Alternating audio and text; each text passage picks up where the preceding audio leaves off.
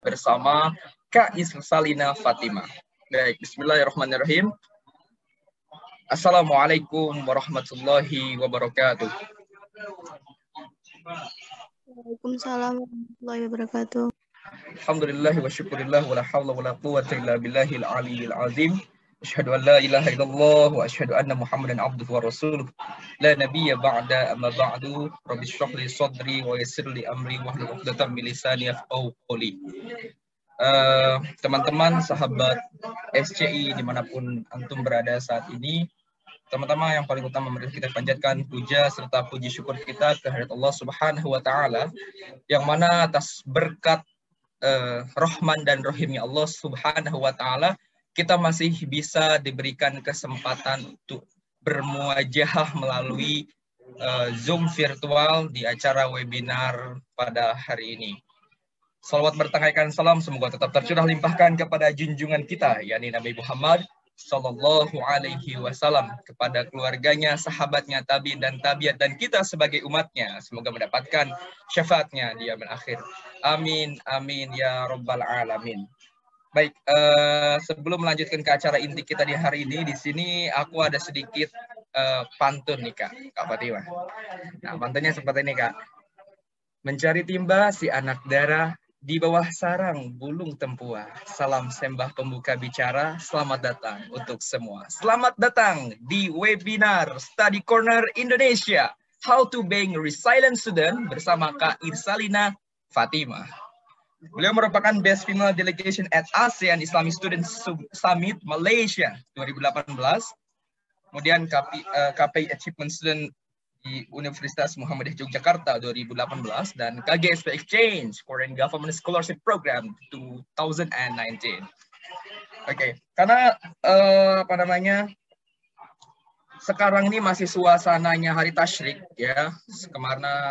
Kemarin kita telah melaksanakan perayaan besar nih, khususnya bagi umat Islam, yakni perayaan Idul Adha. Saya sebagai moderator mengucapkan minal aidin wal faidin, mohon maaf lahir dan batin buat teman-teman. Selamat Hari Raya Idul Adha 1442 Hijriah. Allahu Akbar walillahil hamd. Saya melihat gambar Masjidil Aqsa di belakang Kak Fatimah nih, Masya Allah ya. Terlihat juga Kak Fatimah ini merupakan salah satu pejuang pembebasan Al-Aqsa. Masya Allah, Allahu Akbar. Guys, teman-teman tahu nggak sih yang namanya resilient student itu? Sebelum kita akan melanjutkan ke pembahasan kita dan perkenalan, di sini saya akan sedikit memberikan terjemahan menggunakan bahasa Inggris ya. Yang namanya resilient student itu student who succeed at school despite disadvantages background.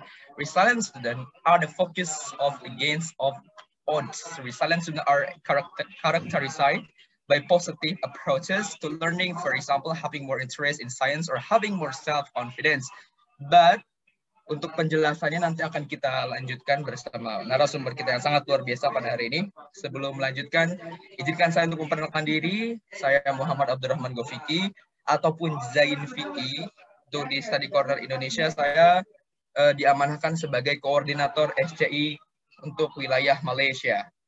Dan saat ini saya sedang menempuh pendidikan di Johor International University Malaysia. Apalagi ya, yang mana hari ini saya akan memandu acara webinar Fatimah. Sebelumnya kita sambut sama-sama narasumber kita yang sangat luar biasa, Kak. Ahlan wa sahlan Kak Fatimah. Assalamualaikum. Waalaikumsalam warahmatullahi wabarakatuh, Kak Zainfi. Oke. Gimana Kak Fatimah, kabarnya sehat? Alhamdulillah luar biasa. Allahu Akbar. Masya Allah. Udah biasa ya. Fatimah, sebelumnya di sini. Oh ya, sebelum saya membacakan CV Kak Fatimah, by the way, gimana kabarnya Kak Fatimah? Sehat? Alhamdulillah sehat. Kak Zain gimana? Sekarang posisinya lagi di mana Kak Fatimah? Sekarang lagi di Tasik. Oh, lagi di Tasik, bukan lagi di Korea ya? Bukan, udah pulang. Kalau misalkan Tasik itu orang Sunda, apakah Kak Fatimah orang Sunda juga? Iya, saya kebetulan lahir di Bandung, Kak. Lahir di Bandung, berarti tiasanya atau sudahnya? Ya, saya insya Allah. Oke, baik. Oke, teman-teman, sebelumnya saya akan memperkenalkan Kak Fatimah. Kak Fatimah ini nama lengkapnya Fatimah. Ya, beliau ini yang mana pengalaman dan pencapaian itu sangat teman sampai memberikan saya insecure gitu, Masya Allah, luar biasa narasumber yang mana kita akan banyak mendapatkan pelajaran dari Fatimah, teman-teman. Nah, untuk lain apa yang ada di poster itu, beliau juga salah satu media tim di Muhammad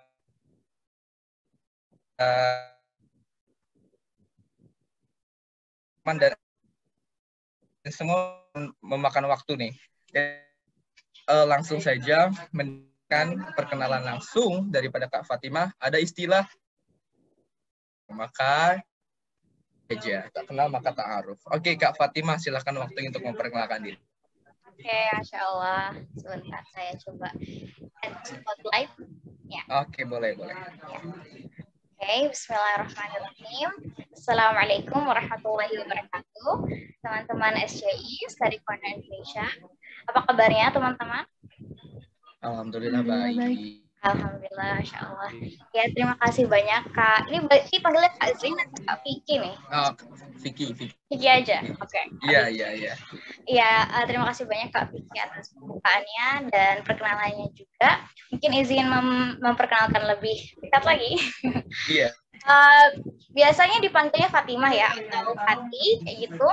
Dan alhamdulillah saya lahir di Bandung, namun tinggalnya itu nomaden, pindah-pindah tempat. Alhamdulillah dari mulai ke Maldives, habis itu ke Papua, lalu ke UAE, dan terakhir baru balik ke Indonesia, kayak gitu. Jadi memang ya pembaidan gitu ya, sering pindah-pindah tempat kayak gitu. Nah, terus habis itu saya alhamdulillah sekarang sedang studi di Muhammadiyah Yogyakarta, jurusan Komunikasi Penyiaran Islam, atau disingkat sebagai KPI, kalau bahasa Inggrisnya Islamic Communication Broadcasting, angkatan 2017. Dan bismillah, mohon doanya teman-teman, insya Allah tahun ini saya wisuda ya, mohon doanya.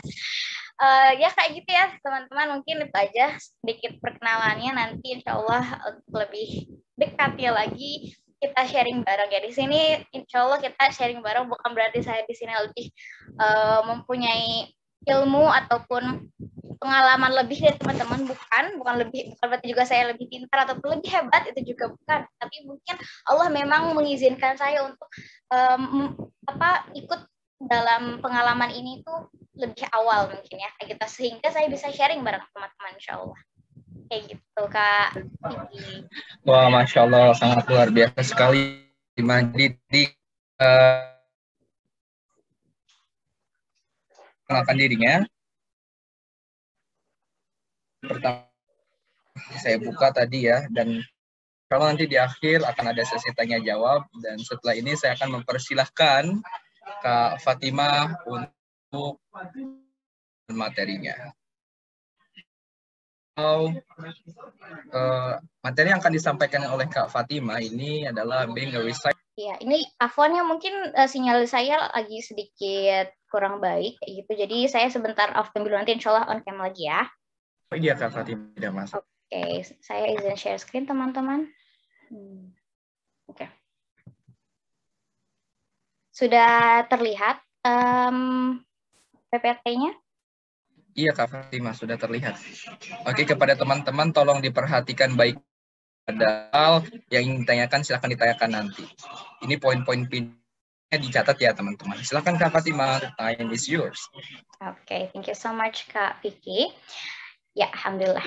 Oke, so hari ini tema besar kita yang saya diamanahi oleh Study Corner Indonesia adalah How to be a Resilient Student. Nah, di sini saya sedikit mungkin back breakdown lagi ataupun memberi subtitlenya, yaitu being a resilient student to be more productive. Karena apa sih nanti tujuan ataupun outcome dari menjadi seorang mahasiswa ataupun student yang resilient kayak gitu kan.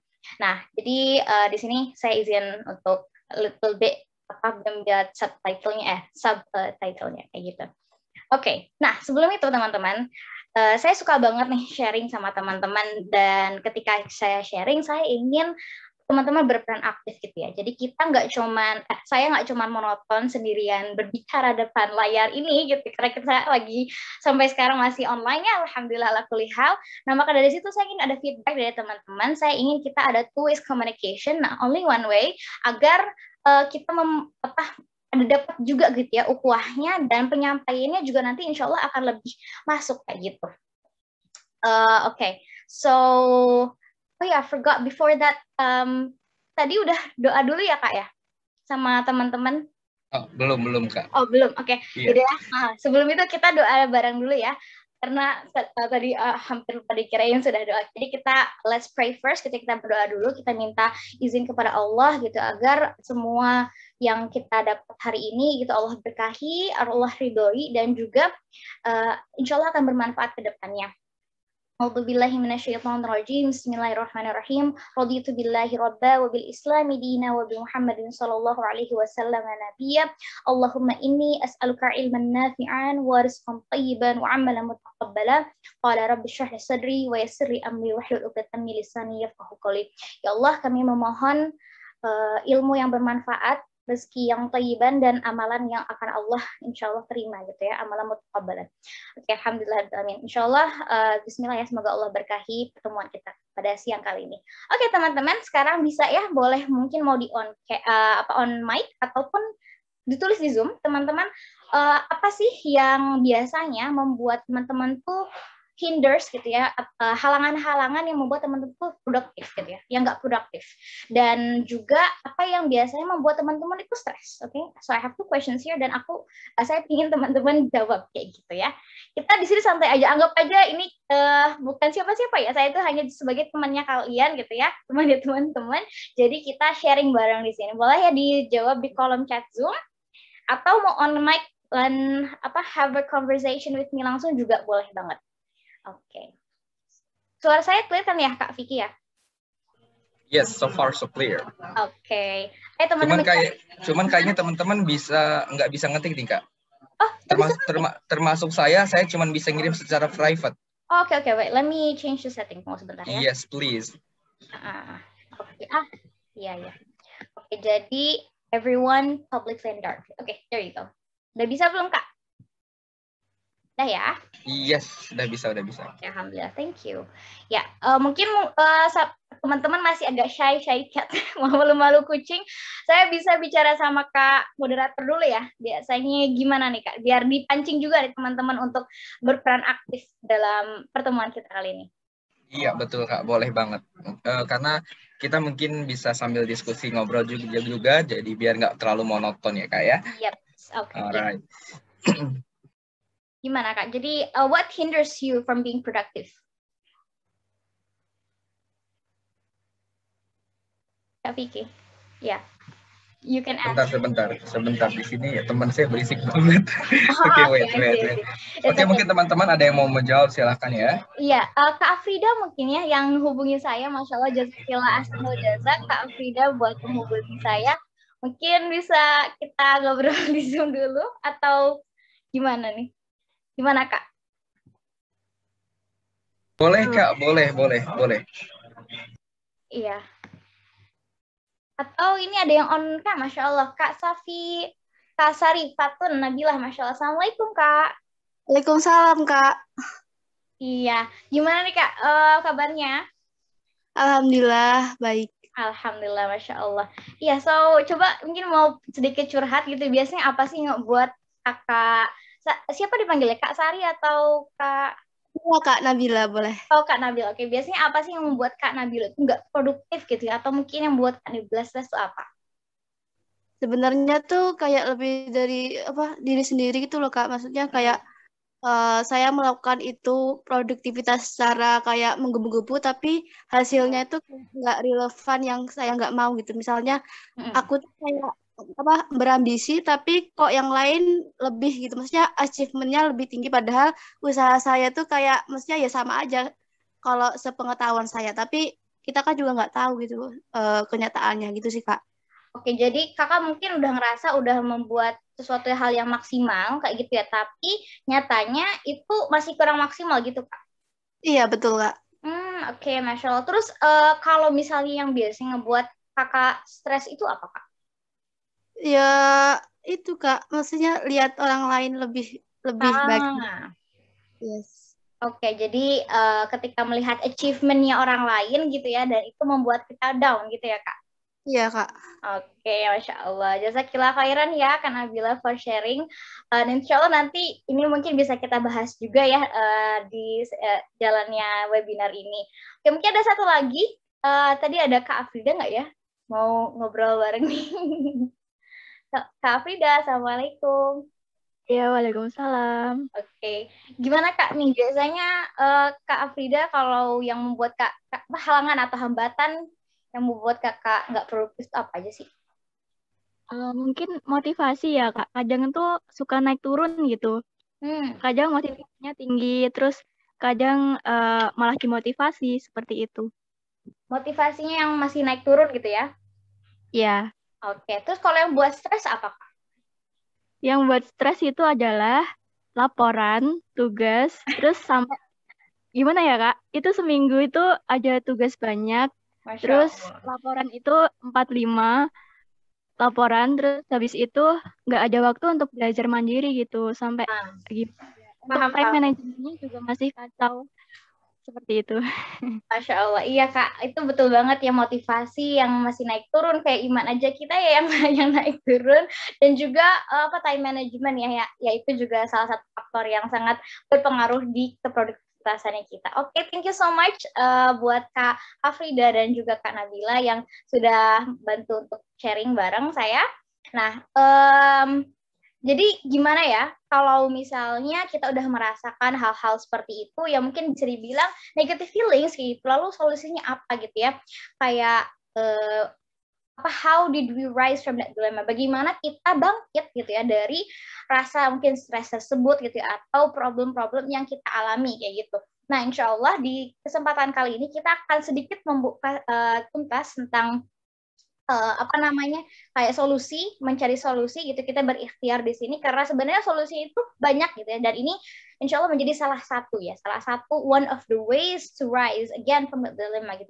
Jadi kita bangkit lagi dari problematika tersebut. Nah ini ya, makanya tadi saya bilang untuk teman-teman berperan aktif, karena if you want to be a champion, you have to be active ya gitu. Orang-orang yang terlihat ataupun mungkin bisa dibilang jadi inspirasi kita, mereka itu pastinya adalah orang-orang yang aktif gitu ya. Kalau mungkin biasanya dibilang tuh bukan kaum rebahan ataupun bukan kaum yang sering menunda-nunda gitu. Dan tapi sebenarnya itu masih saya loh. Itu saya juga masih sering kok rebahan dan itu menunda-nunda, procrastination. I'm still healing gitu. I'm still trying to get there gitu. Makanya di sini saya bilang kalau di sini saya bukan orang yang terlihat hebat atau siapapun, tapi saya di sini hanya sharing bareng teman-teman dan jujurnya saya itu lagi belajar gitu ya, karena ketika kita sharing ilmu sama orang lain, yang paling belajar itu atau yang paling mendapatkan pelajaran itu adalah orang yang men-share ilmunya gitu, karena dia yang mungkin mencari materi-materinya, terus dia juga yang mengkaji dan dia menyampaikannya itu ke telinganya dia sendiri gitu. Jadi ketika misalnya gini, kalau kita lagi ngomong gitu kan, yang pertama kali denger itu kan kuping kita sendiri ya. Nah, otomatis hisapnya itu juga ke diri kita sendiri kayak gitu. Jadi insya Allah di sini kita berproses bareng ya teman-teman, kita tumbuh bareng, kita insya Allah memperbaiki diri bareng-bareng juga. Amin Allahumma amin.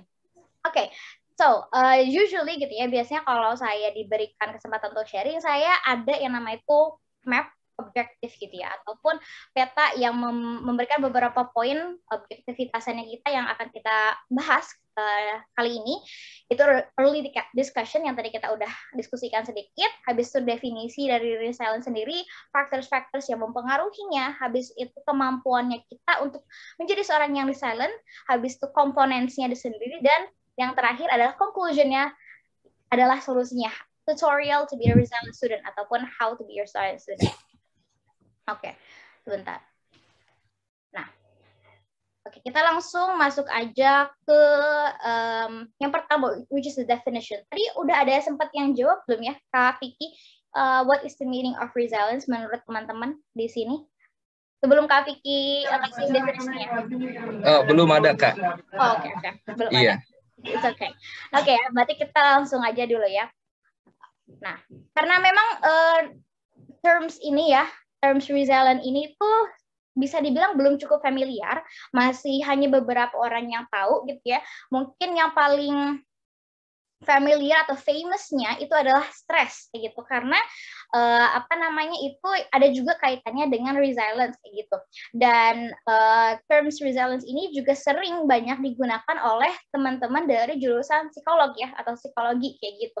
Nah, karena di sini saya bukan seorang disclaimer ya, saya bukan orang psikolog, dan saya di sini juga masih mahasiswa KPI, dan konsentrasi saya itu memang konseling ya, alhamdulillah. Jadi untuk hal-hal seperti counseling atau psikologi itu alhamdulillah ada kaitannya gitu ya. Atau mungkin saya pernah belajar tentang hal-hal seperti ini kayak gitu. Nah, jadi ini hanya beberapa definisi yang saya ambil dari Rich and State, bahwa mereka mendefinisikan resilience ini sebagai kemampuan individu untuk merespon adversity atau trauma yang dihadapi dengan cara-cara yang sehat dan produktif kayak gitu ya. Nah, sehat ini seperti apa? Sehat ini adalah mungkin kalau teman-teman juga familiar dengan term self love kayak gitu ya. Dan kayak mereka itu tidak menyakiti dirinya sendiri, tetapi melainkan untuk mencintai dirinya sendiri dengan yang memberikan solusi-solusi yang sesuai dengan kemampuan dan kapasitasnya kayak gitu. Dan produktif. Nah, produktif ini kenapa dikaitkannya juga? Karena ketika kita dalam yang tadi ya kondisi-kondisi stres kayak gitu, we tend to be not productive. Kita tuh kadang-kadang tuh nggak menjadi seorang yang produktif karena itu kita tuh lagi dalam tekanan yang sangat berat, sehingga kita tidak bisa menjalani aktivitas-aktivitas yang lainnya. Nah, kalau orang yang resilient kayak gitu, mereka itu tetap produktif walaupun dalam under pressure kayak gitu, menjalankan perannya sebagai, mungkin kita di sini mahasiswa, sebagai seorang anak kayak gitu, sebagai seorang ketua ataupun anggota organisasi, atau mungkin yang di sini sudah mempunyai pasangan sebagai seorang istri ataupun ibu kayak gitu ya. Dan masih banyak faktor-faktor lainnya yang akan memunculkan resilience ini kayak gitu. Lalu ada juga definisi, yaitu resiliency psikologis didefinisikan sebagai coping efektif dan adaptasi positif terhadap kesulitan dan tekanan yang di dalam maksud tekanan yang di dalam diri kita ya, bukan tekanan sehari-hari kayak gitu. Karena tekanan sehari-hari itu bisa dibilang stres, dan stres itu mempunyai ada dua tipe, yaitu eustress dan distress. Nah, eustress ini yang motivasi atau positive stress, dan distress adalah tekanan yang biasanya memperhambat kita kayak gitu.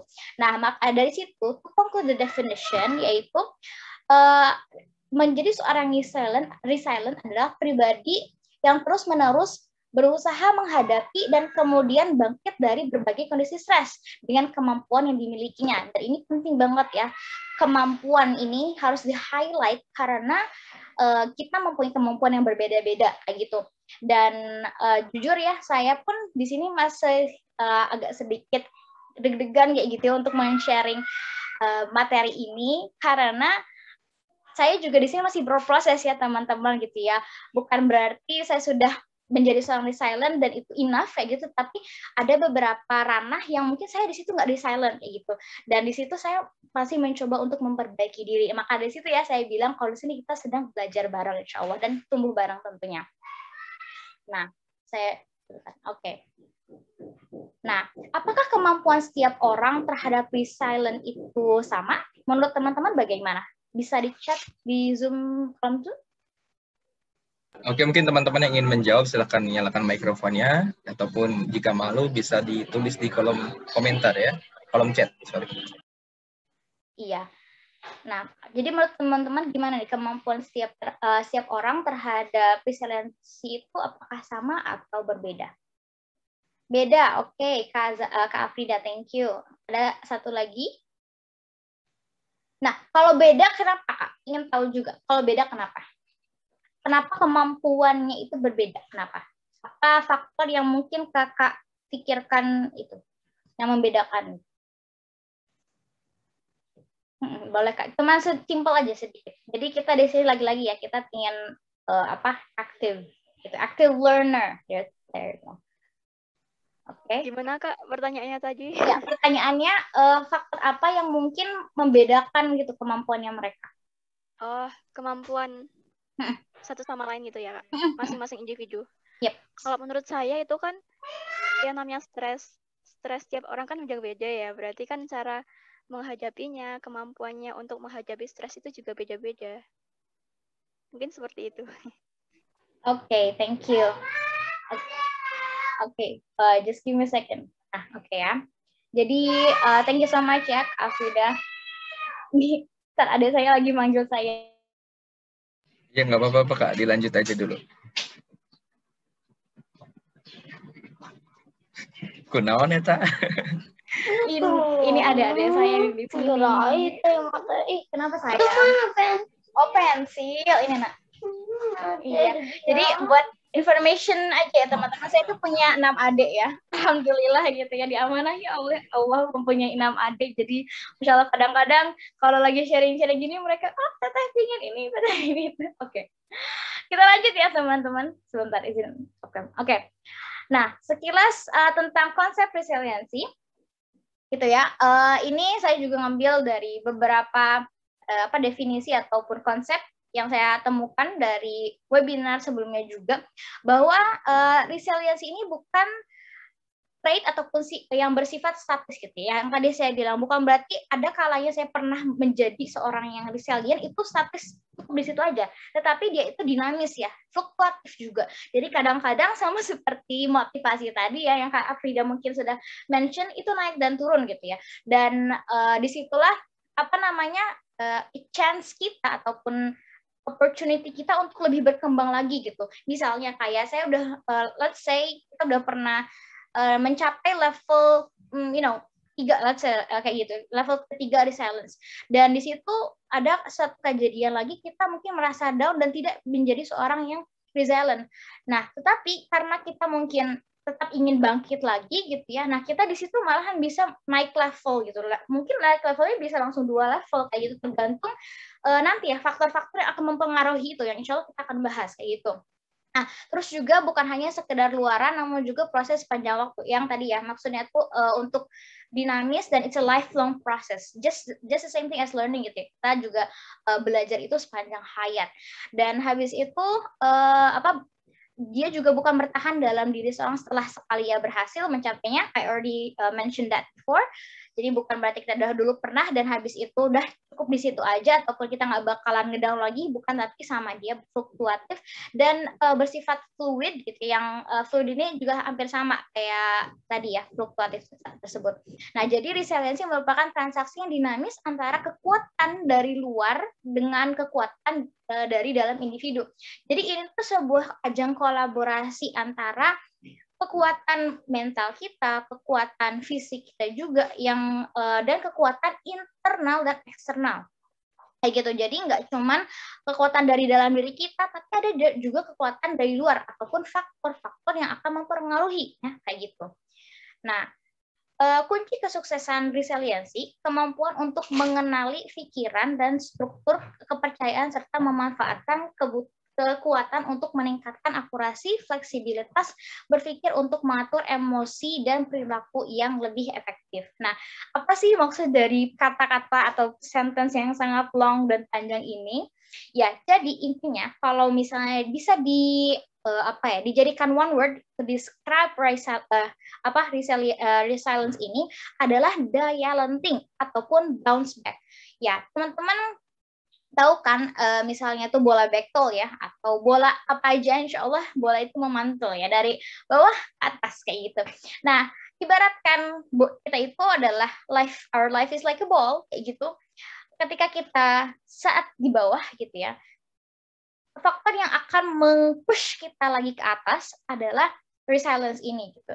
Jadi kita akan balik lagi ke titik awal ataupun titik yang dimana kita sebelum kita dalam kutip jatuh kayak gitu.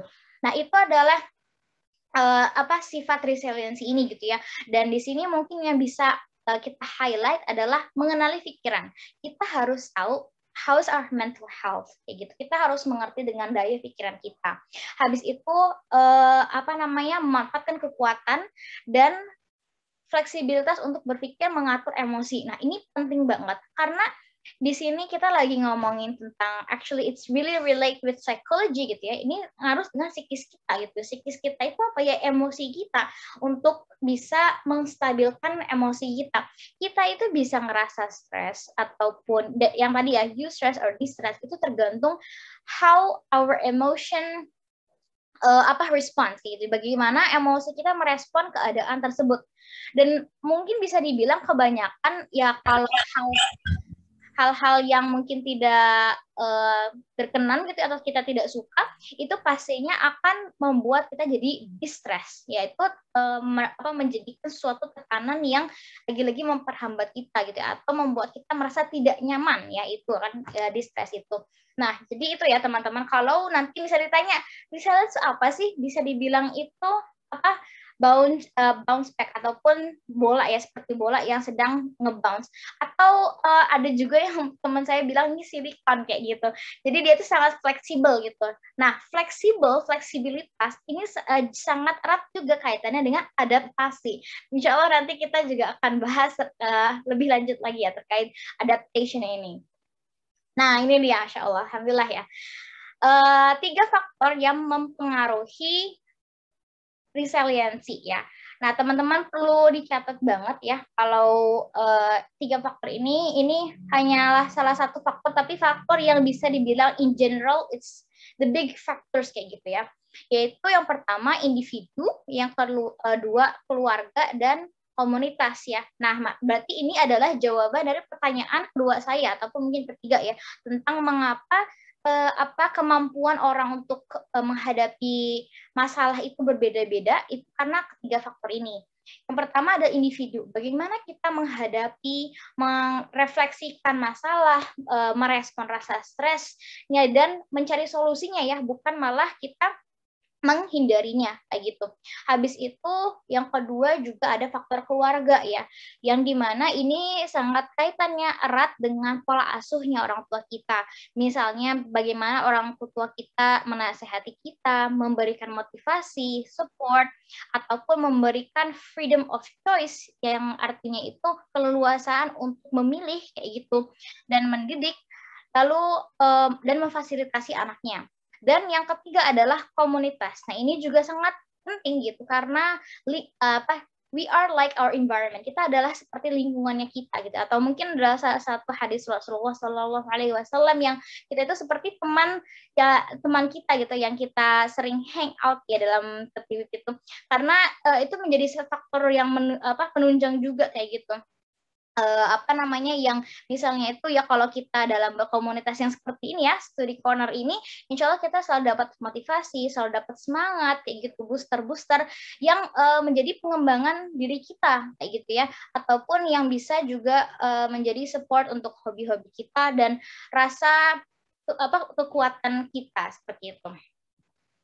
Nah, ini sedikit pictures dari Google yang dimana kalau itu resiliensi ini sangat berkaitan juga dengan eksternal ya, tidak hanya internal tadi ya, tidak hanya dalam diri individu tetapi dengan eksternal faktor yang di luar ya, seperti family, terus habis tadi neighbors juga ya, neighbors ini juga bisa mempengaruhi karena di neighbors ini di tetangga ini ya kita juga mungkin mendapatkan contoh-contoh gitu ya, karena lingkungan terdekat kita sebelum jauh-jauh ke lingkungan sekolah ataupun kuliah ataupun organisasi lainnya yaitu di dekat rumah kita ya, apakah di tetangga-tetangga kita itu memberikan dukungan ataupun mungkin mereka memberikan support kayak gitu, atau mungkin mereka malah acuh gitu ya, tidak peduli. Lalu komunitas tadi ya, the rights and responsibilities. Habis itu congregation yang berdamaah, ini juga penting banget ya, kayak misalnya untuk kita merapatkan safnya kita, untuk kita bersatu sebagai orang umat muslim gitu ya, tidak berpecah belah dalam perdebatan-perdebatan yang mungkin sebenarnya itu tidak menjadi harus big deal kayak gitu ya, tapi ya sudah menjadi mungkin sunnahnya fitrahnya akhir zaman gitu ya. Kalau sekarang kita menjadi berpecah belah karena perdebatan-perdebatan yang tidak terlalu berfaedah kayak gitu. Nah, lalu apa sih sebenarnya komponen dari silent ini kayak gitu? Nah, ada 2 komponen yang ini saya juga ambil dari kakak kelas saya, gitu. Yang pertama adalah dari Goldberg, 3 sumber resiliensi, dan juga ada juga dari yang tadi ya, Refish dan Satter ini 7 faktor resiliensi. Nah, kita akan bahas lebih lanjut tentang kedua aspek ini. Dan teman-teman, ini juga bisa dibilang materi yang cukup padat dan berat kayak gitu ya, karena ini banyak banyak banget faktor-faktornya, dan juga banyak terms yang mungkin teman-teman bisa jadi ya baru ketahui, ataupun untuk mengamalkannya pun insya Allah butuh effort yang luar biasa juga gitu. Nah, ini ya, kita masuk ke yang pertama, yaitu the 3 factors of from tadi siapa namanya? Goldberg ya. Nah, your personality or your personal inventory yang kita punya dulu ya. Jadi kita sekarang masuk ke individu dulu. Nah, jadi ada 3 questions yang kita bisa answer to ourselves kayak gitu. Dan ini hanya kita sendiri yang ketahui. Oke, sebentar, ini ada yang direct message ke saya. Kayaknya salah deh, sebentar. Saya coba up ke grup ke everyone. Oke, itu ya. Iya Kak, nggak apa-apa. Oke, yang pertama adalah what I have, who I have. Nah, who I have ini adalah siapa yang kita punya gitu ya. Jadi komponen pertama ini I have. Nah, I have di sini itu sesuatu yang kita punya, misalnya kayak kita punya keluarga, kita masih punya teman-teman kayak gitu, terus masih kita punya komunitas. Tapi yang sering kita lupa ataupun yang sering kita lupakan ya, dan ini mungkin kayak nggak apa-apa ya gitu, manusiawi, bahwa kita itu sebagai seorang hamba gitu ya, kita mempunyai greater power kayak gitu, yaitu Allah Subhanahu Wa Taala gitu ya, Tuhan kita yang maha mengetahui, yang maha melihat, maha mendengar kayak gitu ya, dan maha segalanya gitu, yang the power of them all kayak gitu, yang membolak-balikan hati kita kayak gitu. Jadi ini who I have itu adalah siapa yang kita punya, dan I have ini itu akan memberikan building blocks itu, atau bisa dibilang sebagai outcome gitu ya. Outcome itu trust, kepercayaan gitu ya. Nanti ini juga akan ada hubungannya dengan kepercayaan diri kita, self esteem kita, confidence kita kayak gitu ya. Jadi ini teman-teman bisa dilihat, I have di sini definitionnya itu the supports around each individual to promote resilience. Nah, itu ya, jadi ini komponen atau juga faktornya yang support diri kita untuk bisa menjadi seorang resilience adalah siapa yang kita punya. Dan ketika kita mencoba untuk menjawab ini harus jawab sama teman-teman ya, mungkin nanti setelah sesi ini selesai teman-teman bisa belajar lagi, reflect lagi, dan coba renungkan gitu ya pertanyaan-pertanyaan yang ada dalam materi ini gitu ya. Jadi who I have, siapa yang aku punyai, ini menjadi power sebenarnya untuk diri kita. Kenapa? Karena di sini juga kita bisa bersyukur. Kita menambah syukur. Oh, Masya Allah, Alhamdulillah. Misalnya ada yang mungkin di sini ada yang yatim, ada yang yatim piatu kayak gitu. Tetapi kalau kita masih mencoba lagi, Alhamdulillah masih ada nenek, misalnya masih ada kakek, atau mungkin masih ada om, tante, uak, dan family members kayak gitu. Baru kita keluar dengan sahabat-sahabat kita, circle kita kayak gitu, mungkin terus habis itu organisasi kita, dan kita juga harus ingat bahwa kita punya Allah Subhanahu Wa Taala. Lalu yang kedua adalah who I am, siapa aku. Jadi dari have baru masuk ke am. Siapa sih aku sebenarnya? Di sini teman-teman juga penting banget harus di highlight jika memang kita ingin menjadi seorang yang tangguh, ya, berarti kita juga bisa dibilang kalau resilience ini orang yang tangguh, itu berarti kita harus tahu dong siapa diri kita, our identity kayak gitu ya, dari mulai mungkin faktor-faktor apa, makanya tadi ya di awal tuh saya coba men-trigger sedikit gitu ya tentang apa sih yang membuat teman-teman stres. Misalnya apa juga hobi, mungkin bisa ditanya kayak apa yang membuat teman-teman bahagia, bagaimana biasanya teman-teman memperlakukan dirinya teman-teman, maksudnya itu kayak tentang self love-nya atau how you care about yourself, terus habis itu gimana caranya coping emotionnya teman-teman. Nah, karena ini berbeda-beda ya, cara coping mechanism itu berbeda-beda kayak gitu. Nah, di sini adalah inner strength-nya kita gitu ya. Ini masih dalam ranah individunya kita. Ya di mana nanti ini akan menjadi outcome-nya itu sebagai identitas diri kita gitu ya. Nah, habis itu yang terakhir, lalu what I can do gitu. Apa sih yang bisa aku lakukan? Nih ya, kalau misalnya mau di-relate sama konsep Islam gitu ya, bisa dibilang I have ini adalah kode, habis itu I am ini adalah qadar, dan I can ini adalah free will kita. Your choice gitu ya, ataupun ikhtiar yang kita bisa lakukan kayak gitu. Dan di sini akan sangat mengasah critical thinking kita gitu ya, karena di sini kita ceritanya lagi ada masalah dan bagaimana kita bisa gitu ya, lagi-lagi kita ingin menyelesaikan masalah ini kayak gitu ya. Dan muncullah rasa-rasa inisiatif industri, yaitu ya berinisiatif untuk bangkit dari masalah tersebut ataupun rasa luka gitu ya. Karena pastinya semua orang mempunyai pengalaman hidup yang pahit juga kayak gitu, dan itu bagian dari ujian dari Allah Subhanahu Wa Taala ya. Dan Allah pastinya akan menguji setiap dari hambanya gitu ya yang bertakwa. Nah, jadi di sini sama ya, hampir sama. Jadi who supports me itu I have, habis itu who I am dan what I can do. Jadi what I can do di sini juga ada koneksinya sama life purpose-nya kita, tujuan untuk kita hidup itu apa.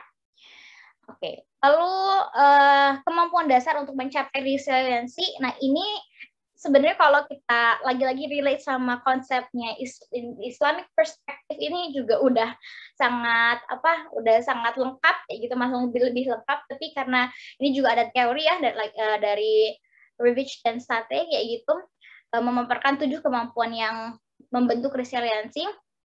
Yang pertama itu regulasi emosi ya, yang tadi udah dibilang bagaimana kita meng-coping emosi-emosi kita, habis itu menstabilkannya juga gitu, dan mengetahui stresor ataupun trigger-trigger yang membuat kita sedang tidak baik-baik saja kayak gitu.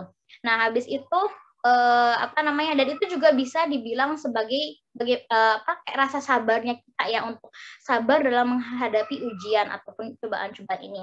Habis itu yang kedua, pengendalian impuls ya. Pengendalian impuls di sini maksudnya itu untuk kita itu tidak melakukan hal-hal yang bisa dibilang tuh kurang tepat ya, atau kalau kasarnya itu bodoh gitu ya. Jadi ya bisa jadi aja gitu kan, maksudnya tuh cobalah kita melek gitu. Masih banyak orang-orang yang kayak narkoba kayak gitu kan, itu sesuatu yang sangat impulsif gitu. Itu bukan masalah, itu bukan solusi, tapi malah menambah masalah kan ya. Mau itu misalnya melakukan short pleasure gitu ya, tetapi itu malah membuat dampak masalahnya itu lebih lagi kayak gitu kan. Nah, jadi itu perlu dikendalikan juga ya. Dan setahu saya kalau misalnya kita gitu ya, kalau ketika ingin mengendalikan mungkin action kita gitu ya, dalam Islam pun kita juga diminta untuk puasa kan. Jadi kayak bagaimana kita menekan hawa nafsu ini kan. Nah, ini juga menjadi salah satu faktor gitu untuk bisa menjadi seorang resiliensi, menekan hawa nafsu, mengendalikan hawa nafsu ini. Habis itu yang ketiga, optimisme. Ya jelas gitu ya, kita harus menjadi seorang yang optimis ataupun yang husnuzon, selalu positive thinking kepada rencana Allah Subhanahu Wa Taala, karena lagi-lagi Allah yang maha mengetahui gitu ya. Dan optimis ini juga bisa memberikan positive emotions. Habis itu yang keempat, rasa empati. Dan tentunya ketika kita mempunyai rasa empati ini, kita tidak akan meremehkan orang lain. Jadi misalnya ada orang yang lagi mengalami kesulitan, lalu kita bilang, itu mah gampang, atau misalnya itu mah biasa aja, kayaknya nggak perlu di-stressin deh, atau misalnya kayaknya nggak perlu di make big deal deh. Itu sebenarnya toxic banget ya teman-teman. Itu toxic positivity ya jatuhnya tuh. Karena balik lagi ya ke tadi tentang kemampuan dan faktor-faktor yang bisa mempengaruhi orang itu sangat berbeda-beda gitu. Kita nggak tahu kondisi di rumahnya seperti apa, atau mungkin kondisi finance, ekonominya, atau lingkungannya gitu. We never know gitu. Karena si sosial media ini gitu ya, kita biasanya suka itu tadi yang mungkin sama ini relate juga sama Kak Nabila, sering membanding-bandingkan dengan prestasinya orang lain. Ya, kayak itu relate banget sih. Dan saya pun juga masih seperti itu teman-teman. Kayak kita buka medsos, lihat, oh Masya Allah dia udah mencapai A, B, C, aku masih di nol nih, aku belum sampai A juga nih. Dan di situ kita ngerasa stres, padahal kayaknya I already give my best gitu, aku udah memberikan yang terbaik, tapi kenapa hasilnya masih gini-gini aja kayak gitu. Nah, tetap kalau memang kita udah ngerasa kita udah berikhtiar dengan maksimal, kita juga diiringi dengan doa-doa ya teman-teman, berdoa dan berbuat kebaikan, insya Allah itu akan, kalau misalnya pun nggak dibalas di dunia, insya Allah akan Allah balas di akhirat ya, dan itu adalah janji Allah. Lalu tadi ya khususan udah, habis itu empati udah. Sekarang analisis penyebab masalah. Jadi kita ngepreteli ya, misalnya tuh masalah ini bisa diibaratkan sebagai benang yang sangat kusut, dan di situ kita coba uraikan satu persatu kayak gitu ya. Habis itu yang keenam, efikasi diri. Efikasi diri di sini adalah bagaimana kita mempunyai kepercayaan untuk bisa problem solving kayak gitu ya. Dan di sini ya jelas kita butuh kepercayaan gitu ya. Kalau misalnya aku bisa, nah di sini juga masuk ke afirmatif diri. Nanti coba saya uraikan lagi lebih detail di slide selanjutnya. Dan yang ketujuh adalah reaching out. Teman-teman, please, ini juga toxic positivity.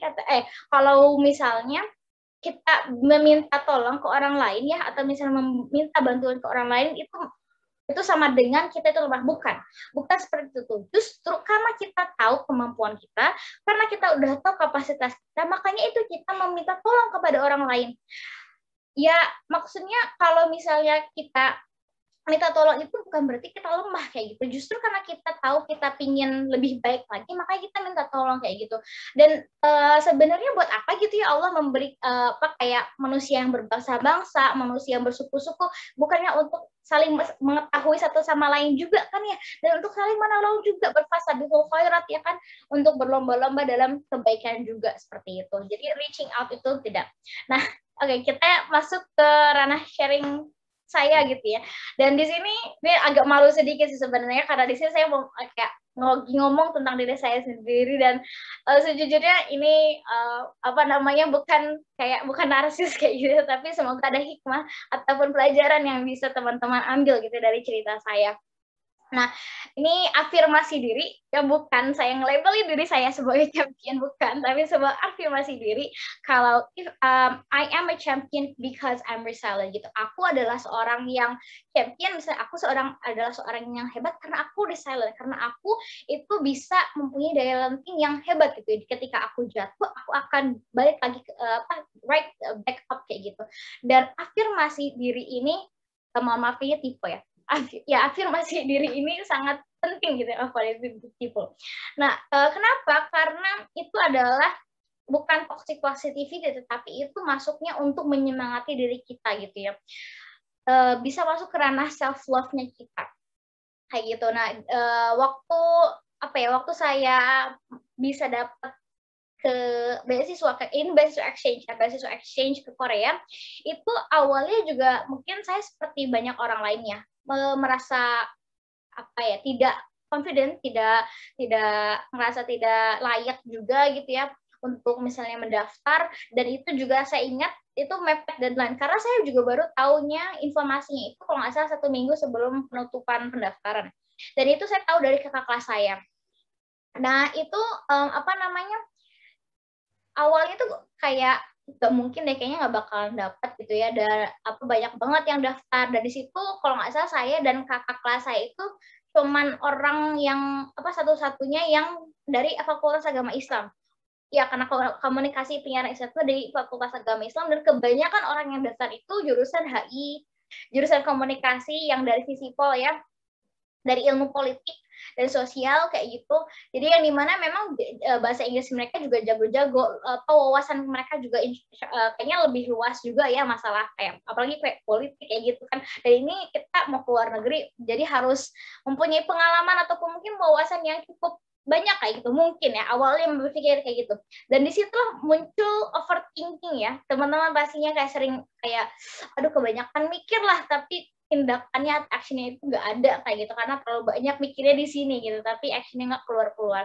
Nah tetapi karena ya alhamdulillah gitu, saya mempunyai dukungan support system yang luar biasa juga dari kedua orang tua saya, bahwa mereka meyakini bahwa saya bisa kayak gitu, bahwa saya karena teteh ya manggilan teteh pasti bisa, kayak teteh insya Allah kayak bahasa Inggrisnya juga udah lancar kayak gitu. Teteh mungkin belum punya pengalaman seperti orang lainnya, tetapi karena teteh sering mungkin kayak pernah juga kan tinggal di luar negeri kayak gitu. Tapi ini bukan menutup kemungkinan ya teman-teman, kalau misalnya orang yang tinggal di luar negeri itu dia pasti jago bahasa Inggris atau mungkinnya dia wawasannya lebih luas, bukan. Ini tergantung individu masing-masing kayak gitu. Tidak bisa dinilai dari kacangnya doang gitu ya. Cangkangnya doang kayak gitu atau luarannya. Nah, habis itu ini juga alhamdulillah waktu di Singapura saya awalnya itu mendaftar dengan kedua orang kakak kelas saya kayak gitu, dan waktu kita presentasi di situ kita juga merasa tidak yakin gitu. Kita tidak yakin bahwa kita bisa menang kompetisi ini waktu itu tentang innovation advanced innovation technology kalau nggak salah ya. Dan waktu itu kedua kakak saya itu jurusan agribisnis dan kalau nggak salah tuh anak mesin ya, teknik mesin. Dan saya satu-satunya orang yang dari komunikasi penyiaran Islam, kayak jauh banget. Ini kan tentang innovation, tentang teknologi, tentang apa lagi ya, kayak tentang hal-hal yang berbau mungkin mekanik kayak gitu ya. Nah, sedangkan ranah saya itu di komunikasi penyiaran Islam gitu, yang maksudnya tuh lebih ke IPS ya kalau bisa dibilang, IPS ya kalau mereka kan IPA kayak gitu. Nah, waktu saya diminta join kayak gitu, mereka bilang karena saya mempunyai komunikasi yang baik katanya kayak gitu, dan mereka sedang membutuhkan orang yang bisa berbahasa Inggris gitu untuk kayak mempresentasikannya. Nah, itu ya alhamdulillah binikmatillah tatimmus sholihat, ini semua qadarullah gitu ya. Ya waktu saya mencoba presentasi, saya ya sebelumnya maksudnya ya saya mencoba untuk belajar materinya dulu kayak gitu, untuk bisa menguasai kayak komponen-komponen dalam kayak innovation tersebut gitu, dan mencoba untuk ketika ada Q&A gitu ya saya bisa menjawab. Dan disitulah kayak kita mencoba untuk benar-benar kayak keluar dari zona nyaman kita dan mencoba untuk beradaptasi ya, karena ini lagi-lagi kaitan erat dengan adaptasi dan pengalaman baru gitu ya. Dan alhamdulillah lagi Allah berikan rezekinya ya gitu ya, karena hal tersebut juga karena mungkin ikhtiarnya kita dan doanya kita, doa sekeliling kita kayak gitu. Alhamdulillah Allah pasti akan memberikan yang terbaik. Dan yang ini faktor yang ketiga yaitu field trip, ini tentang inclusion school field trip with University of Sydney kayak gitu. Waktu itu saya diberi kita jadi volunteer yang nge-translate dari bahasa Inggris ke bahasa Indonesia, dan kita juga diminta untuk menjadi kayak young research kayak gitu ya, untuk kayak menjadi peneliti gitu. Dan waktu itu juga ini spesifik topiknya ataupun theme of the school-nya itu tentang inclusion, inklusi ya. Jadi tentang ranahnya itu disabilitas. Dan ini waktu itu pertama kalinya juga saya terjun ke dunia disabilitas, and I fall in love with it kayak gitu. Karena ya ternyata ya masih banyak orang di luar sana yang masih dalam keterbatasan ya teman-teman, yang mungkin tidak ada panca inderanya gitu ya, ataupun tidak bisa mendengar, teman tuli, terus teman tunarungu, tunanetra kayak gitu. Dan ada juga tunadaksa yang kekurangan dalam fisiknya, misalnya kayak kakinya gitu dengan wheelchair mereka, tetapi mereka masih bisa silent kayak gitu, mereka masih bisa sangat berperan aktif gitu di masyarakat, mereka masih bisa berkarya, mereka bisa keluar negeri gitu ya. Kenapa kita gitu ya, Allah titipkan semua kemampuan ini, kesempurnaan ini, tapi kita malah minder gitu. Kenapa kita malah overthinking, terlalu banyak mikir, terlalu banyak kecemasan dan tidak confident lain-lain kayak gitu. Jadi ini benar-benar golden experience banget ya, pengalaman-pengalaman yang tidak bisa dibayar dengan apapun. Dan memang pengalaman itu adalah the experience is the best teacher. Pengalaman adalah guru terbaik untuk kita gitu ya. Jadi semoga ya teman-teman di sini juga tetap semangat gitu ya untuk menjalani aktivitas ataupun pendidikannya teman-teman untuk bisa berkarya dan menjadi lebih baik lagi gitu ya, terutama kontribusinya untuk masyarakat kayak gitu.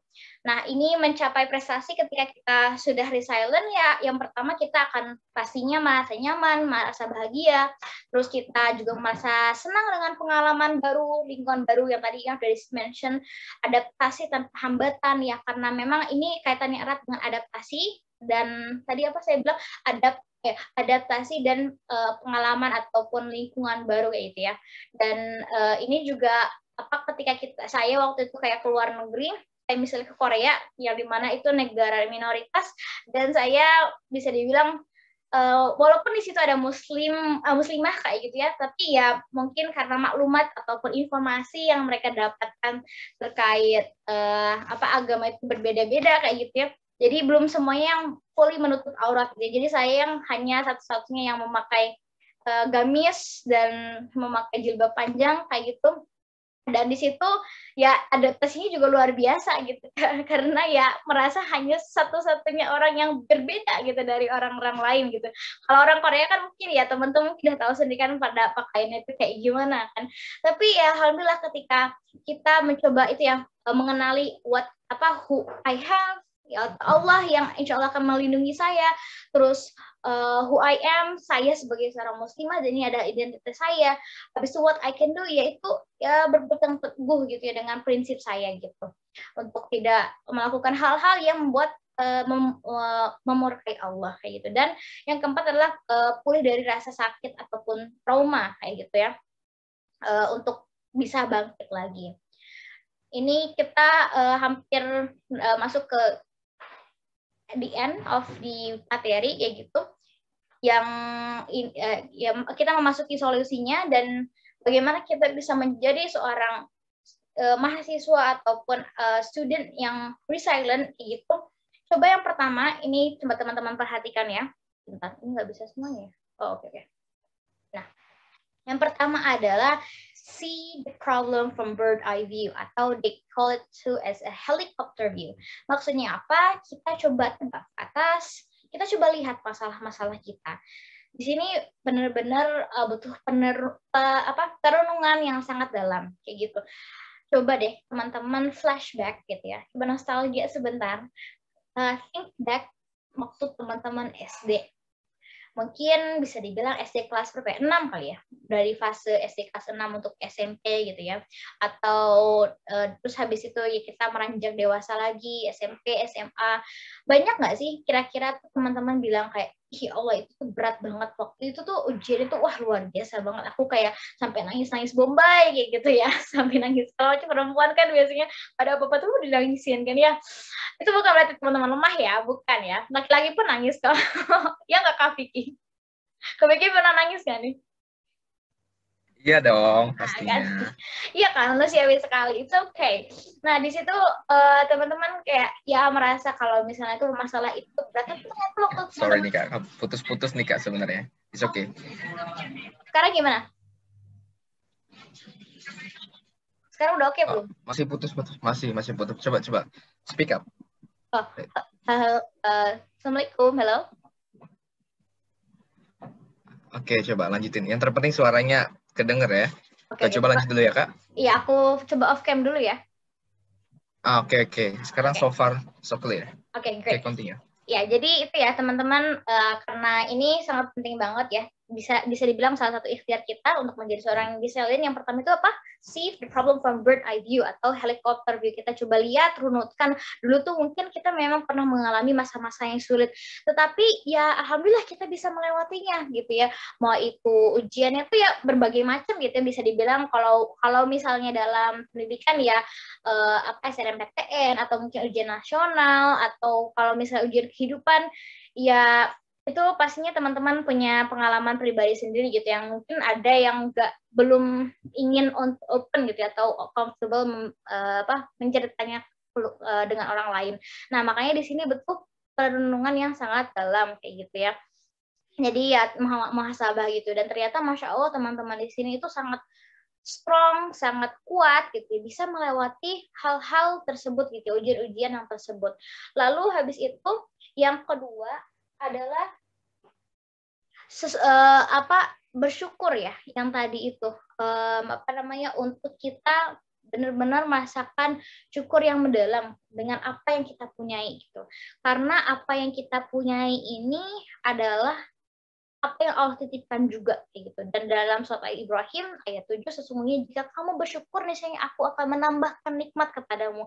Ini sama halnya dengan jika Allah memberikan ujian kepada kita dan kita bisa melewatinya, akan ada ujian yang lebih berat gitu ya ke depannya. Nah, tetapi kita juga ingat di surat Al-Insyirah ya, di mana bersama kesulitan ada juga kemudahan gitu ya. Bukan setelah kesulitan ya, tetapi di situ bersamaan, mereka itu bersamaan. There is an opportunity in every opportunity. There's a solution in every opportunity. There's also an ease gitu ya. Nah, jadi kita juga harus kita harus bersyukur ya. Jadi kita bersyukur dengan apa yang Allah sudah berikan, kemampuan-kemampuan kita, orang-orang di sekeliling kita, lalu mungkin pengalaman-pengalaman kita itu harus benar-benar kita syukuri gitu ya. Lalu yang ketiga, find your purpose in life gitu ya, tujuan kehidupan kita. Bahwa ternyata jalan kita ini masih panjang gitu ya. Kita mungkin di sini usianya dari sekitar 18 sampai let's say 25 gitu ya, 25 tahunan mungkin ya. Nah, tujuan kita hidup kita ini masih panjang gitu ya. Ada milestone yang kita ingin achieve kayak gitu, dan kita juga belum memasuki prime time age gitu, di mana katanya prime time age itu adalah sekitar 40-an kayak gitu. Nah, disitulah mungkin kesuksesan yang gemilang katanya itu seperti itu. Nah, makanya kita ingat lagi akan tujuan kehidupan kita ini apa, untuk jika memang itu untuk Allah, maka kita harus bisa menjadi hamba yang tangguh, hamba yang kuat untuk menghadapi semua ujian-ujian ini. Nah, habis itu yang keempat, experiment or search for your ways. Nah, ini ya, karena kemampuan kita itu berbeda, karena tadi ya lingkungan kita juga berbeda, habis itu keluarga kita juga berbeda, maka jika kita ingin mencari solusi, kita harus eksperimen dengan gaya ataupun style kita, atau yang menyesuaikan dengan kemampuan yang sudah diberikan kayak gitu. Kita nggak bisa nyamain solusi kita sama solusinya dia, sama teman kita kayak gitu. Karena yaitu banyak banget faktor yang membedakan. That's why kita harus eksperimen. Dan kenapa di sini dibilangnya eksperimen? Because it's a try and error process gitu ya. Kita kita di sini jatuh dan bangkit gitu ya. Mungkin, dan every day is actually experiment, to be honest teman-teman. Setiap hari itu adalah kayak sebuah eksperimen. Jadi ya mau itu eksperimen tentang produktif, mau itu eksperimen tentang gimana jadi cara orang jadi sukses kayak gitu, itu kan eksperimen. Oke, ternyata jadwal ini not working, oke, let me try another one, besok beda lagi, terus gitu aja tuh sampai kita menemukan satu solusi atau satu rutinitas atau satu eksperimen yang sekiranya ini aku banget nih, kayak setiap aku melakukan ini alhamdulillah semuanya berjalan lancar kayak gitu ya. Nah, itu teman-teman, jadi insya Allah ini menjadi salah satu ikhtiar kita ya untuk selalu terus-menerus mencoba ya. Nah, yang kelima adalah acceptance. Ini juga sangat-sangat penting gitu, di mana kita harus menerima perubahan. Dan mungkin ini kayaknya ngena banget dibahas pas awal pandemi ya. Karena sekarang tuh udah alhamdulillah udah hampir setahun lebih ya. Ya setahun setengah mungkin ya. Setahun setengah kita dalam pandemi ini, yang dimana mungkin ini juga masih tahap adaptasi, masih tahap perubahan, tapi tidak yang sangat drastis seperti di awal pandemi, yang dimana jalan itu benar-benar kosong. Yang sekarang walaupun PPKM, ya begitu ya, teman-teman tahu realitanya seperti apa kayak gitu. Nah makanya ini juga sangat vulnerable ya. Belum tentu semua orang bisa menerima perubahan, dan harus juga kita ketahui, makanya ini penting untuk mengetahui who I have ini, yaitu Allah, yang dimana ya perubahan ini atau kalau kondisi yang masif, yang besar ini, yaitu karena lagi-lagi takdir Allah gitu. Makanya kita harus bisa balik lagi ke adaptasi ya teman-teman kayak gitu. Terus yang keenam adalah reaching out, seeking for help. Kalau misalnya teman-teman mau sharing sama saya, misalnya ataupun sama para Zara dan Zain di sini ya, kalau nggak salah bilangnya kayak gitu ya, Zara dan Zain di sini, atau misalnya sama orang tua, sama kakak, siapapun itu, sekalipun itu konselor atau BK yang ada di sekolah atau psikolog, please do so. Kalau if it makes you feel better. Jangan ngerasa kalau kita misalnya ya, seeking counseling dari seorang psikolog itu berarti kita gila. No, it's a big no kayak gitu ya. Malahan itu ikhtiar kita untuk sembuh, ikhtiar kita untuk bisa lebih baik lagi gitu ya. Dan itu masih kayaknya stigma ini ya, kayaknya masih banget di kalangan masyarakat itu, ketika kita counseling ke psikolog kita dianggap seorang yang mempunyai problem yang sangat besar, itu hidupnya itu kayak bermasalah sekali, dan banyak stigma-stigma negatif yang saya masih sering dengar kayak gitu. Dan ini harus diluruskan ya teman-teman. Seharusnya ini menjadi salah satu solusi kita. Dan ini seharusnya ini bukan yang terakhir, karena sebenarnya banyak banget ya tips ataupun tutorial menjadi seorang resilient student itu banyak. Tetapi biasanya ya kalau yang ditaruh di akhir itu yang paling ngena gitu ya, seharusnya seperti itu, yaitu worship God. Again, I really want to stress this out, bahwa semua itu terjadi kehendak Allah, dan semua kemudahan yang kita dapatkan itu kehendak Allah Subhanahu wa Ta'ala. Teman-teman bisa masuk di dalam room yang insya Allah berkahi ini ya, amin. Itu karena kehendak Allah gitu ya. Allah yang melembutkan hati teman-teman, Allah juga yang Afrida yang menjadi perantara untuk saya bisa sharing sama teman-teman, itu sudah menjadi jalannya Allah kayak gitu.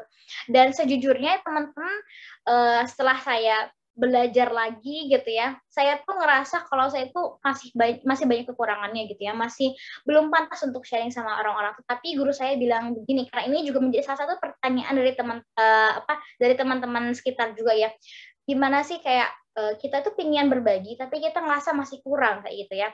Nah, kalau kata guru saya itu, orang yang misalnya datang ke kita gitu ya, misalnya untuk menanyakan sesuatu atau meminta tolong, atau mungkin seperti ini minta untuk menjadi orang yang sharing ke orang lain kayak gitu ya, atau materi, itu udah menjadi ranahnya Allah gitu.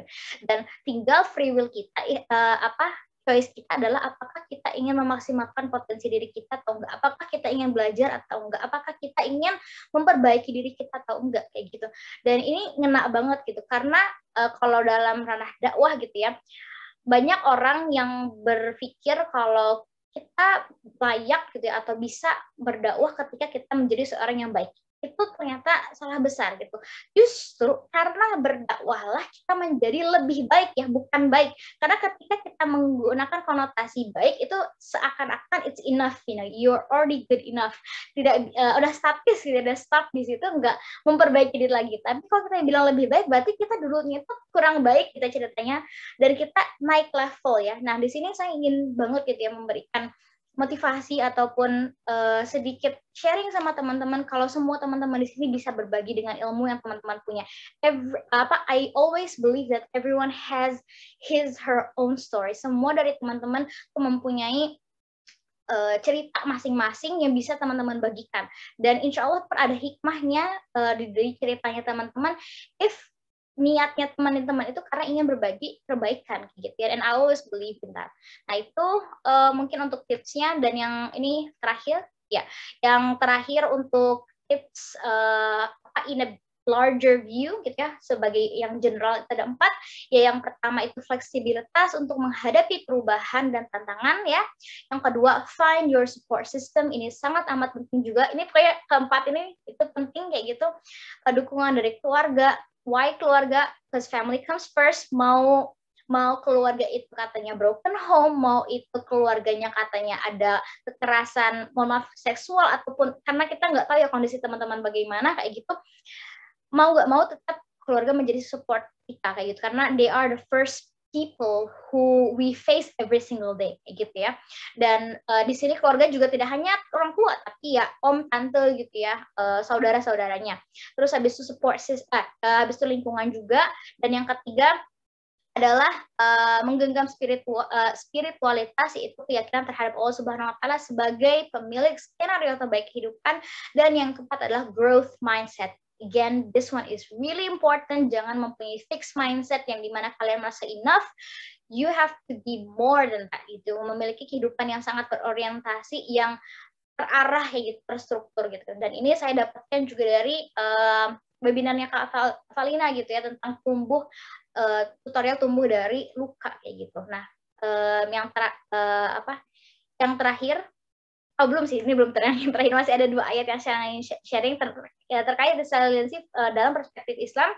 Nah, ini dalam surat Al-Baqarah ayat 214. A'udzubillahi minasyaitonir rajim. Bismillahirrahmanirrahim. Am hasibtum an tadkhulul jannata walamma ya'tikum mathalul ladzi khalau min qablikum. Nah, or do you think that you will not enter paradise while such trial has not yet come to you as they come to those before you? Trial, ujian. Apakah kalian mikir gitu ya, kalau surga itu semudah itu didapatkan kayak gitu ya, tanpa ada ujian yang pernah Allah juga berikan kepada kalau kita mungkin sebagai suri tauladan kita Rasulullah Shallallahu Alaihi Wasallam kayak gitu ya, dan sebagai suri tauladan dan para sahabat-sahabatnya kayak gitu. Ujian yang kita alami ini, kalau misalnya mau compare gitu ya, jangan compare sama teman-teman kita, tapi kita coba compare sama kayak hambatan-hambatan, bukan hambatan, mungkin tantangan-tantangan yang Rasulullah SAW ya, sampai kayak mungkin di it's like life or death kayak gitu ya. Dan juga mungkin dilempar kotoran-kotoran kayak ontak kayak gitu kan, itu kayaknya sangat berat sekali kayak gitu. Tapi ya yang kita alami ini insya Allah tidak seberat para terdahulu kayak gitu. Habis itu yang baik ya.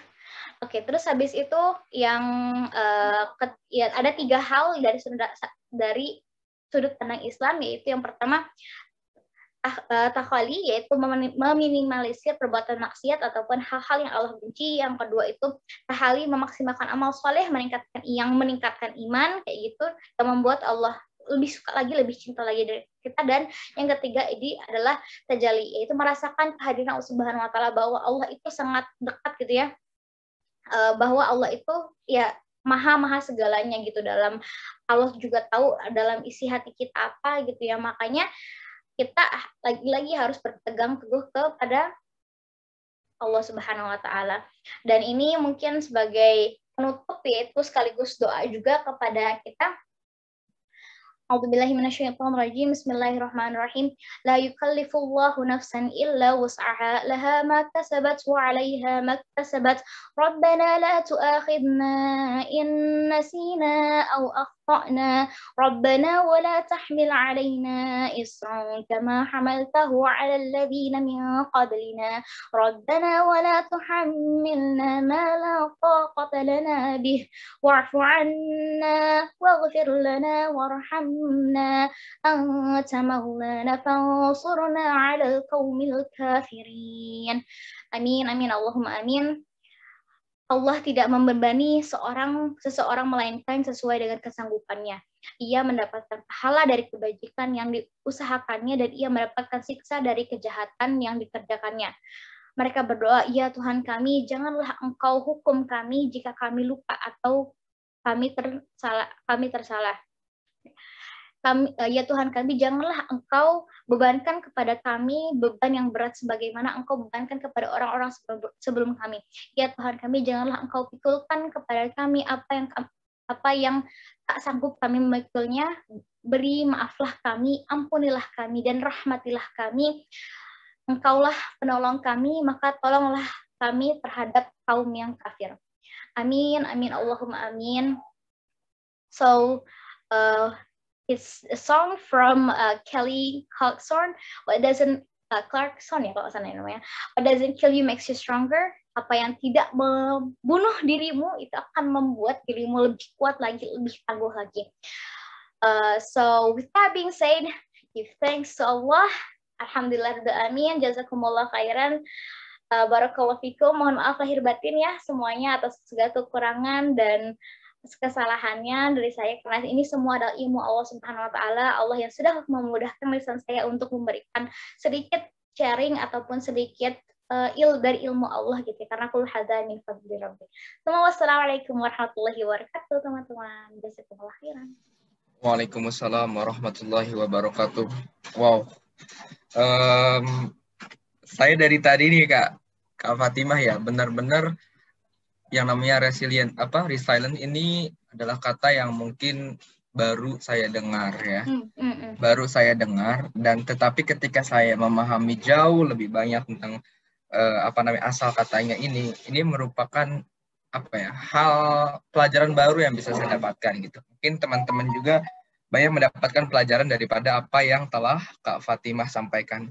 Jazakallah khairan jazaa ya Kak Fatimah atas materi yang sangat luar biasa sekali. Ini seakan-akan kita nih lagi lecture ya, lagi kuliah nih kita nih. Dan Kak Fatimah nih sebagai dosen kami. Aduh, Masya Allah. Iya, syukron kasir. Sebelum aku bertanya sama Kak Fatimah, di sini aku akan meminta izin kepada Antun untuk diadakan sesi tanya jawab. Apakah memungkinkan waktu Kak Fatimah? Insya Allah 10 menit ya gimana?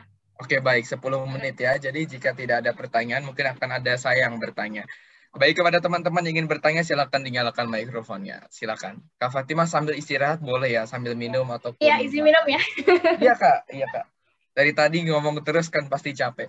Oke, teman-teman, silakan ditanyakan. Jika ingin bertanya, ini materi yang luar biasa banget loh, teman-teman. Banyak banget pelajarannya. Mungkin teman-teman ada masalah dengan psikologi teman-teman, ataupun ada mungkin ngerasa ngerasa lagi galau, ngerasa lagi down sekarang. Mumpung lagi ada Kak Fatimah nih yang bisa memberikan motivasi buat teman-teman. Silakan kepada teman yang ingin bertanya, langsung nyalakan mikrofonnya ataupun bisa diketik melalui box chat di sini. Oke. The time is yours. Saya Kak. Oke, silakan sebutkan nama dan asalnya dari mana. Silakan. Sama pertanyaannya jangan lupa ya. Ya. Nama saya Triwatu Nabila, biasa dipanggil Nabila, asalnya Banyuwangi. Ini Kak, tadi kan ngebahas silent.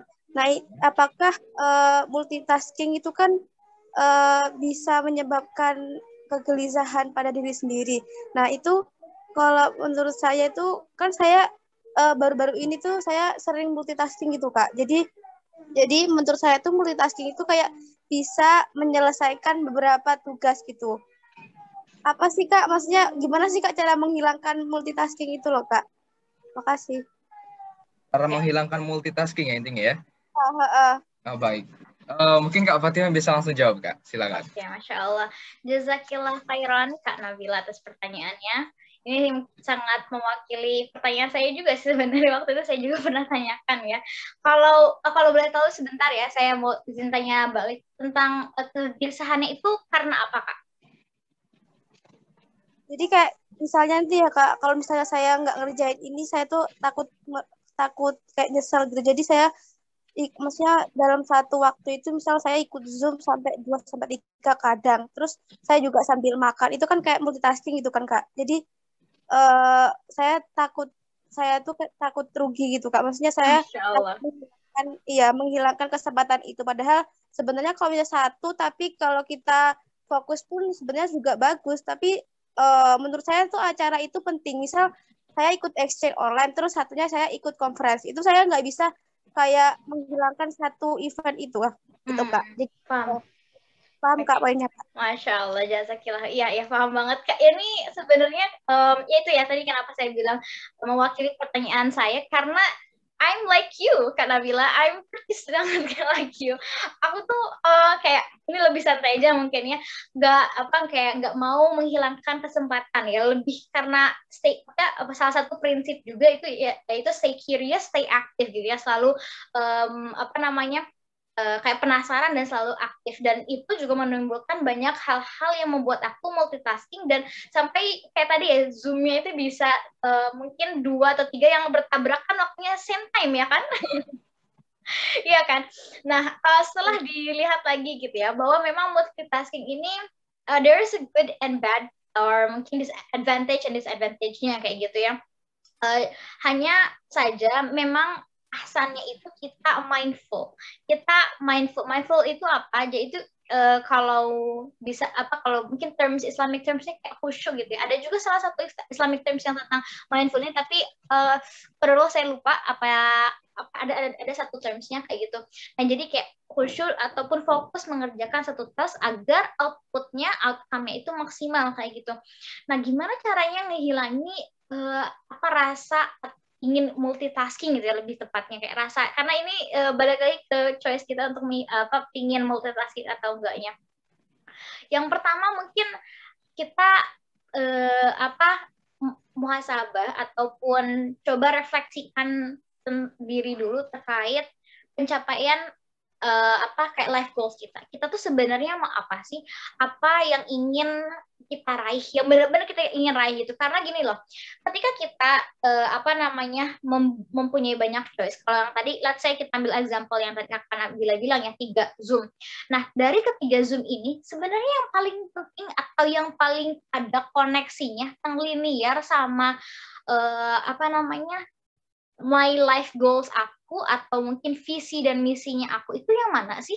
Kalau misalnya tadi ada student exchange ya, satu online, terus habis itu yang kedua misalnya kajian gitu ya, terus habis itu yang ketiga mungkin kayak sharing session ya, sharing session kayak gini. Nah, dari ketiga ini coba dipilih dulu. Kalau ini same time ya, kalau ini lagi bersamaan, coba dipilih yang mana yang bener-bener you need it kayak gitu. I know that you need the 3 of them. Aku tahu banget gitu ya. Pastinya ketiga itu memang dibutuhkan. Tapi yang benar-benar yang dibutuhkan yang mana? Gitu. Jadi kita harus tahu life goals kita gitu ya, yang benar-benar akan mengantarkan kita yang menjadi kalau dalam surat Al-Isra itu menjadi syakilah kendaraan kita mengantarkan kepada tujuan kayak gitu. Itu yang mana ya, itu yang pertama. Terus habis itu yang kedua, ketika kita udah mengetahui misalnya life goals kita, yang kedua kita mencoba untuk itu kedua eksperimen. Nah, ini sama ya sama yang silent tadi, eksperimen. Kenapa eksperimen? Coba bandingkan ketika kita multitasking dan ketika kita tidak multitasking. Ini benar-benar harus nggak multitasking sama sekali ya. Lihat perbedaannya, bandingkan resultnya, which one that gives more outcome gitu ya, yang lebih maksimal kelihatannya yang mana. Kalau misalnya emang ada mungkin yang sambil multitasking tapi nggak sampai 3 Zoom ya, tapi mungkin kayak sambil nge-Zoom, terus mungkin sambil kalau mencatat itu kan menjadi salah satu sunnahnya ya, untuk mengikat ilmu dengan itu. Oh ya, mungkin sambil kalau saya mungkin ya bisa sambil ngejemur, terus habis itu sambil nge-Zoom karena ada pekerjaan rumah dia house chores kayak gitu. Terus mungkin karena ada juga kadang-kadang sambil masak kayak gitu, jadi masak juga, jemur juga, terus habis itu denger Zoom juga. Itu kan sebenarnya mungkin ilmunya dapat tapi nggak nerap itu it just come and goes kayak gitu. Mungkin cuma tahu doang tapi bukan sekedar sakofa gitu, bukan sekedar ilmu yang kita dapatkan gitu. Jadi yang kedua itu eksperimen. Nah, mungkin ini sih sedikit 2 tips yang bisa aku sharing kayak gitu.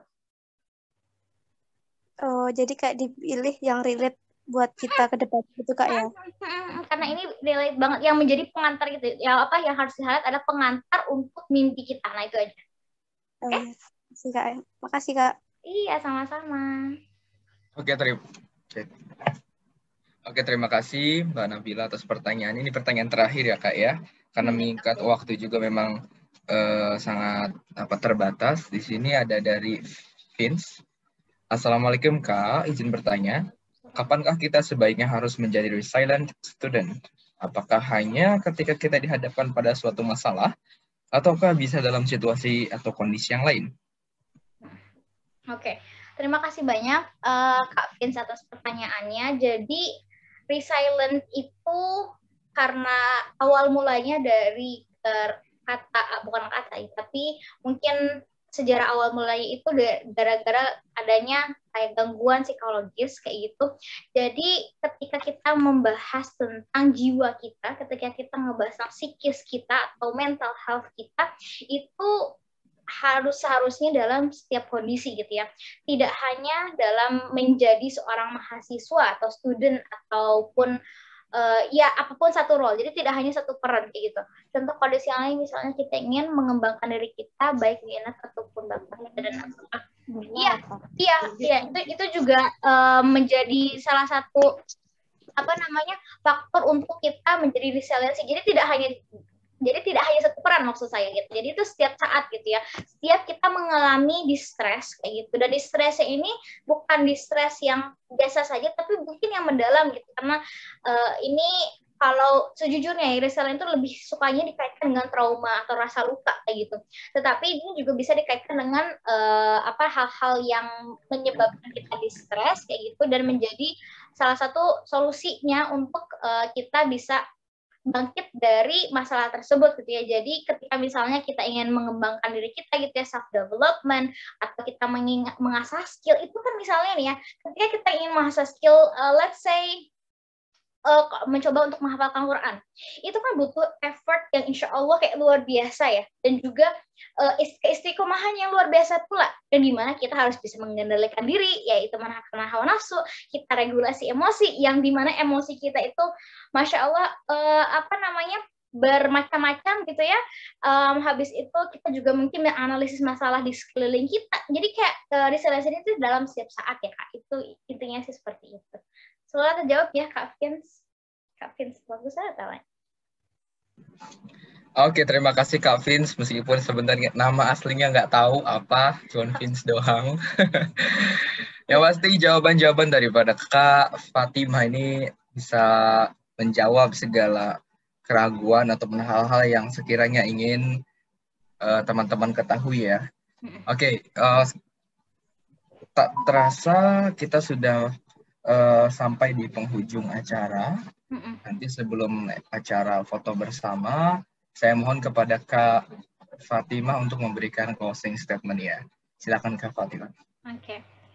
Bismillahirrahmanirrahim. Sekali lagi jazakumullah khairan katsir. Terima kasih banyak atas kesempatan yang sudah diberikan. Terima kasih sudah menjadi perantara kebaikan untuk saya bisa berbagi sedikit mungkin ilmu ataupun pengalaman yang saya pernah dapatkan gitu ya. Semoga ini menjadi ajang yang Allah berkahi gitu ya. Yang saya ingin sampaikan kepada teman-teman adalah just be yourself gitu ya. Jangan terlalu sering membandingkan diri kepada orang lain, karena semua orang mempunyai kapasitas, kemampuan dan kehidupan yang berbeda-beda kayak gitu. Kalaupun kita ingin membandingkan dengan dengan orang lain, itu karena ingin memotivasi diri kita gitu ya, bukan membuat diri kita lebih down atau menjadi nggak percaya diri, tapi untuk kalau misalnya dia bisa, berarti aku juga bisa. Kenapa? Karena Allah itu maha adil. Allah sudah memberikan akal kepada seluruh manusia sebagai makhluk yang sempurna kayak gitu, dan insya Allah jika mereka bisa ataupun jika orang yang kita anggap itu seorang yang inspiratif kayak gitu, insya Allah kita pun bisa gitu ya, dengan ikhtiar yang maksimal, dengan bertawakal dan diiringi dengan doa dan amalan-amalan soleh kayak gitu. Dan pun kalau misalnya qadarullah itu tidak tercapai, tetapi semua yang sudah kita maksimalkan, berarti insya Allah Allah akan melipat gandakannya di akhirat kelak gitu. Sebagai seorang muslim, kita seharusnya sangat-sangat berpegang teguh dengan janji Allah Subhanahu wa taala. Wallahu a'lam bishawab. Mohon maaf lahir batin ya teman-teman, sekali lagi semoga apa yang bisa saya sharing hari ini bisa teman-teman sharingkan lagi ke orang-orang sekitar kita, karena khairun nas anfa'uhum linnas, sebaik-baiknya orang adalah orang yang bermanfaat bagi orang lain. Wallahu a'lam bishawab. Wassalamualaikum warahmatullahi wabarakatuh. Waalaikumsalam warahmatullahi wabarakatuh. Masya Allah, tabarakallah, tabarakallah. Terima kasih banyak atas motivasinya, atas materinya Kak Fatimah. Sangat luar biasa sekali. Ya tentunya teman-teman, apa-apa yang setelah Kak Fatimah sampaikan tadi itu sangat bermanfaat dan bisa kita pelajari. nggak cuman kita dengerin doang ya, tapi kalau bisa diimplementasikan. Pada dasarnya, setiap orang itu memiliki jalan keberhasilan masing-masing. Terkadang kita iri dengan prestasi orang lain. Terkadang kita insecure melihat orang lain mungkin lebih baik dari kita. Tapi teman-teman, yakinlah setiap orang itu memiliki kelebihan dan kekurangan masing-masing. Tetap bersyukur dengan apa yang kita miliki saat ini. Tadi juga di slide terakhir itu, Al-Baqarah ayat 286, La yukallifullahu nafsan illa wus'aha, laha makasabat wa 'alaiha maktasabat, Rabbana la tu'akhidna in nasina aw akhtana, Rabbana wa la tahmil 'alaina isran kama hamaltahu 'alal ladzina min qablina, Rabbana wa la tuhammilna ma la taqata lana bih wa'fu 'anna waghfir lana warhamna anta maulana fansurna 'alal qaumil kafirin. Ini merupakan ayat yang sangat indah sekali jika kita benar-benar ingin mentadaburinya. Syukran katsiran ala ikhtimamikum. Sebelum kita akhiri perbincangan kita pada hari ini dan ataupun pertemuan kita, saya meminta kepada teman-teman untuk menyalakan kameranya karena kita akan melakukan sesi foto bersama narasumber kita yang sangat luar biasa sekali. Baik, silakan Kakak dinyalakan kameranya jika memungkinkan ya. Ini dan coba saya mau coba pakai immerse ini ada 17 orang ya. Sebentar. Boleh. Bisa dimatikan dulu ya. Jangan dulu komen ya teman-teman. Oke. Baik. Mbak Resti, Mas Syauki. Penampilannya udah oke kan? Oke. Apa nih? Kok cuman bulat doang nih Kak? Ini kelihatan nggak orang-orang teman-temannya? Kelihatan. Ini cuma ada background putihnya nih. Oh, Kakak pakai handphone atau pakai laptop nih? Kalau saya pakai laptop Kak. Kalau background saya tetap nggak akan berubah. Nggak bakalan. Iya betul. Ayo, di sini sudah berubah jadi warna putih. Mungkin Kak Fatim ini sering isi webinar, jadi technician dalam penguasaan webinar juga udah mantap nih. Masya Allah, alhamdulillah. Ya, sudah cerdas Kakak banyak juga pengalamannya, mungkin bisa kita jadikan motivator dan inspirasi buat kita semua ya Kak ya. Insya Allah. Mbak Juhairiyah, kemudian Mbak Zulfa, Mbak Catherine, Lismawati, Vince, Via, you can turn on your camera. Oke, mungkin kalau misalkan tidak, langsung kita count aja ya, countdown, and then kita akan capture, akan screenshot. Oke teman-teman, silahkan nyalakan kameranya. Jika tidak, saya akan langsung mengambil gambarnya ya. Oke, kita akan mengambil gambar 3 kali. Silahkan lihat kamera. 1, 2, 3. 2 kali lagi ya. 1, 2, 3. Lagi. Oke.